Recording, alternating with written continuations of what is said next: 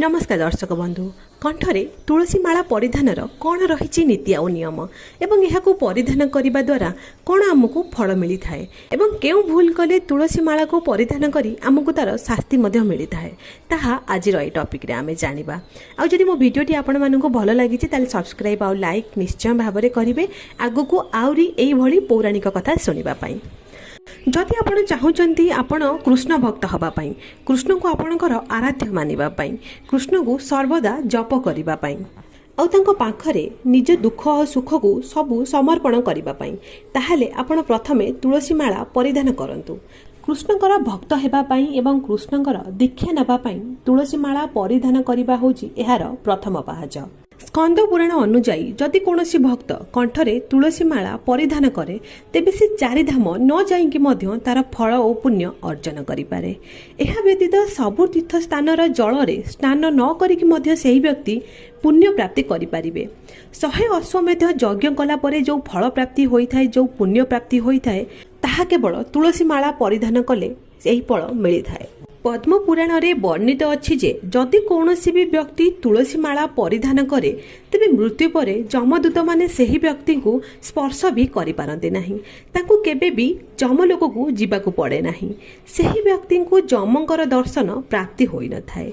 मृत्यु परे व्यक्तिर शरीर दहन कला परे कंठरे थिबा तुलसी माला मध्य दहन होई थाए एवं एहा करिबा द्वारा आत्मा वैकुंठ धाम को गति करि थाए। मृत्यु बेले जहा कंठरे तुलसी माला थाए जम सेही व्यक्ति को हाथ मध्य लगांते नाही। एहार कारण होछि कि तुलसी माला परिधान ही सूचित कराए जे सेही व्यक्ति विष्णु तथा कृष्णकर भक्त बोली। सेही व्यक्ति को जमदूत नुह बरं भगवानकर दूत तांको स्वर्ग को नहीं जाती। एबे हमें जानिले तुलसी माला परिधान करिबा द्वारा आमको कौन फल मिली थाए। आसंतु एबे जानिबा एहाको परिधानर नियम कौन। एते सब पुण्य एवं फल केवल तो परिधान खाली करिदेले हबनी सेही व्यक्ति को किछि नियम मध्य मानिबाकू पड़ी थाए। सेही नियम गुड़िक कौन आसंतु एबे जानिबा। प्रथम नियमटी होउछि कि जेउ व्यक्ति कंठरे तुलसी माला परिधान करिवे सेही व्यक्ति अभक्ष्य भक्षण करिबा उचित नुह। मान्यता अछि कि जे तुलसी रानी को परिधान करिवो से जहाँ भी भजन करिवो ताहा सबु कंठ देकी जीव एवं से खाद्य सबु प्रसाद होई जीव। तेणु एमिति कौनसी भी खाद्य ग्रहण करिबा कथा नुह जहाँ शास्त्र रे हमकु खाइबा पई बारण अछि। आमिष उपरे निश्चिंत रूपरे रोक लगांतु एवं निशा द्रव्य उपरे मध्य संपूर्ण रूपरे बारण अछि।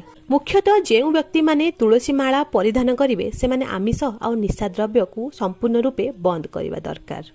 ब्रह्मांड रे जो 4 प्रकार नियम रही जेपरी खाद्य खाद्य उपरे शुद्धिकरण आसीबा निश्चिंत रूपरे दरकार।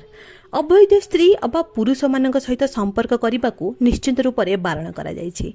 कौनसी व्यक्ति को मिछ कहवा कि काहाको चीटिंग करवा कि काहाको हैरान रे पकाइबा कि कहार अनिष्ट जंती किए पांचुचंती तेबे तुलसी माला परिधानर कौनसी फल आपनको मिलिबो नाही। तुलसी माला जो माने भी धारण करने को चाहूचंती अबा पूर्वरु करिसंती तांको एसबु नियम प्रति ध्यान निश्चिंत रूपरे दबाकू पड़िबो एवं कालक्रमे पियाज एवं रसुण को मध्य त्याग करने पड़िबो। साधारणतः आउ गोटे प्रश्न आसे कि लोके केते घेरा तुलसी माला पिंधि पारिबे। शास्त्रर नीति नियम अनुसार जो माने दीक्षा नहीं सारी से माने 3 घेरा पिंधि पारिबे आ जो माने दीक्षा नहीं नांती दीक्षा नबा को भाबुचंती से माने 1 घेरा बा 2 घेरा पिंधिकी आरंभ करि पारिबे। बहुत व्यक्ति अछंती जी मंदिर आसिले से माने तुलसी माला परिधान करिके आसंती एवं जदि बाहर को कौनसी भोजी खाइबा को जाती अबा मद मांस खाइले माला को काढ़ी दियंती एवं परे पुणी कंठरे पकाई दियंती।